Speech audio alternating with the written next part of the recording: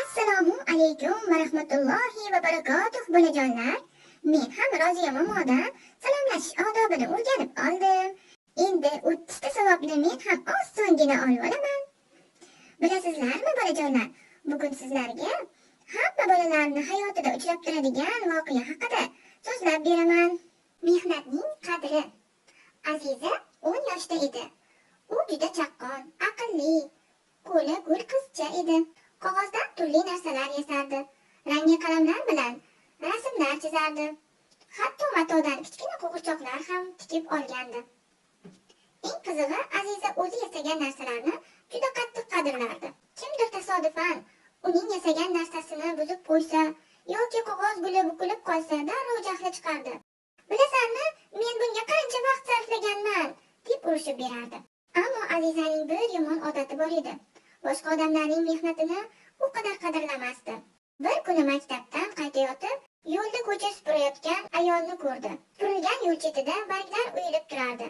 Aziza do'stlari bilan kulib, o'ynab o'tayotib, ataylab o'sha barglarni tepib, yana yo'lga sochib yubordi. Ayol indamadi.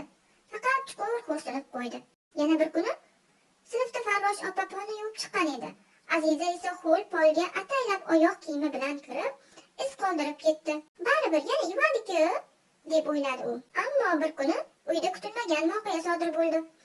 Aziza bir haftadan beri yasab yurgan katta rasmini stol ustiga qo'yib qoldirgandi. Ukasi bilmasdan ustiga suv to'kib yubordi. Rasm oqarib, ranglari bir-biriga qo'shilib ketdi. Aziza qattiq yig'lab yubordi. Men bunga qancha mehnat qilgandim. Hech kim meni mehnatimni qadrlamaydi, dedi u jahli chiqib. Shu payt onasi sokin ovozda dedi: "Qizim, sen hozir nimani his qilyapsan?" "Alam, og'riq, mehnatim bekor bo'ldi", dedi Aziza qattiq yig'i ichida. Onasi muloyimlik bilan davom etdi. Supurilgan yo'lni ataylab bulg'aganingda, supurayotgan ayol ham shuni his qilgandi. Tozalangan polni iflos qilganingda, Farrosh opa ham shuni his qilgandi. Farqi yo'q, Aziza. Mehnat kimniki bo'lishidan qat'iy nazar hurmatga loyiq. Aziza jim bo'lib qoldi. Ko'z oldiga ko'cha supurayotgan ayolning xo'rsinishi, Farrosh opaning indamagan nigohi keldi. Yuragi siqildi. "Siz bularni qayerdan bilasiz?" dedi Aziza ko'z yoshlarini artib. "Xazonlarni sochib ketganingni orqangdan o'zim ko'rgandim. Farroshni mehnatini mensimayotganingni, seni odobga chaqirishim kerakligini ustozing aytdi", dedi onasi qat'iy nigoh bilan. Azizani yuzlari darrov qizarib ketdi. Endi g'azab qolib ketib, qilgan ishlaridan uyalishga tushdi. Ertasi kuni u maktabga borayotib, o'sha ayolni yana ko'rdi. Bu safar esa yerga tushgan barglarni o'zi yig'ib berdi. Farrosh opaga esa: "Rahmat opa, sinfimiz juda toza bo'libdi", dedi.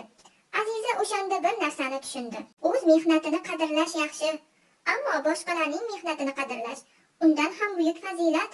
Chunki mehnat sindirilsa, buyum emas, insonning ko'ngli sinadi. Bolajonlar, sizlar bilan ham shunday voqealar yuz berganmi? Kanalimiz rivoji uchun do'stlaringiz bilan hikoyamizni bo'lishing.